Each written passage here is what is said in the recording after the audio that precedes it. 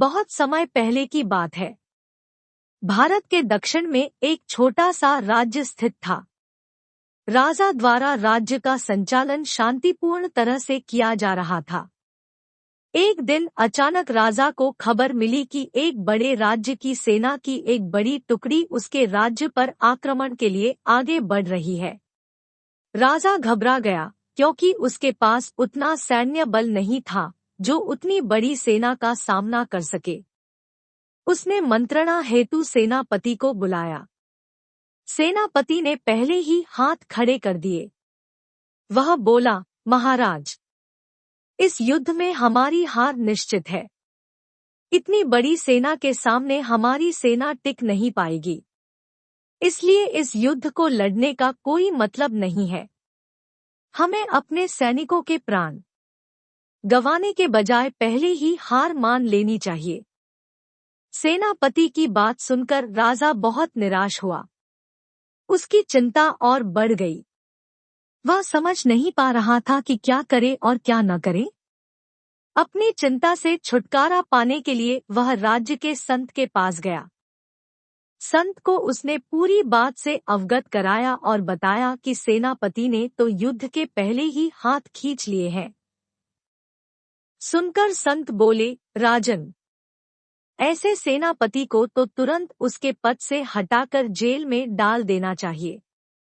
ऐसा सेनापति जो बिना लड़े हार मान रहा है, उसे सेना का नेतृत्व करने का कोई अधिकार नहीं है। किंतु गुरुवर, यदि मैंने उसे जेल में डाल दिया तो सेना का नेतृत्व कौन करेगा? राजा चिंतित होकर बोला। राजन, तुम्हारी सेना का नेतृत्व मैं करूंगा। संत बोले। राजा सोच में पड़ गया कि संत युद्ध कैसे लड़ेंगे। उन्होंने तो कभी कोई युद्ध नहीं किया है। किंतु कोई और रास्ता न देख राजा ने संत की बात मान ली और उन्हें अपनी सेना का सेनापति बना दिया। सेनापति बनने के बाद संत ने सेना की कमान संभाल ली और सेना के साथ युद्ध के लिए कूच कर दिया। रास्ते में एक मंदिर पड़ा। मंदिर के सामने संत ने सेना को रोका और सैनिकों से बोले, यहाँ कुछ देर रुको।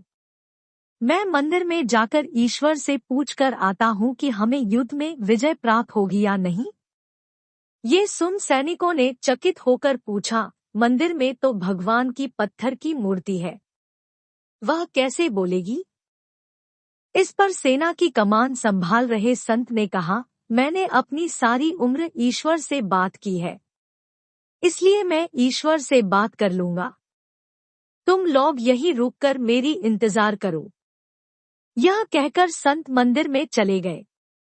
कुछ देर बाद जब वे वापस लौटे तो सैनिकों ने पूछा, ईश्वर ने क्या कहा? संत ने उत्तर दिया, ईश्वर ने कहा कि यदि रात में इस मंदिर में रोशनी दिखाई पड़े तो हमारी जीत निश्चित है। पूरी सेना रात होने की इंतजार करने लगी। रात हुई तो मंदिर में उन्हें रोशनी दिखाई पड़ी। ये देख सेना खुशी से झूम उठी। उन्हें विश्वास हो गया कि अब वे युद्ध जीत लेंगे।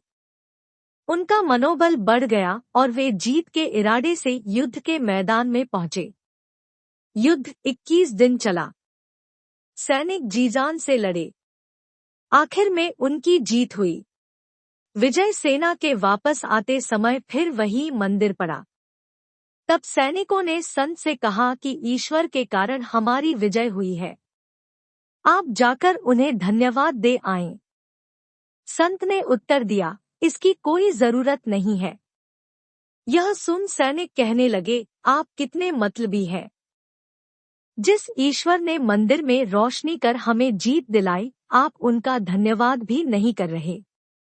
तब संत ने उन्हें बताया, उस रात मंदिर से आने वाली रोशनी एक दीपक की थी और वह दीपक मैं वहां जलाकर आया था।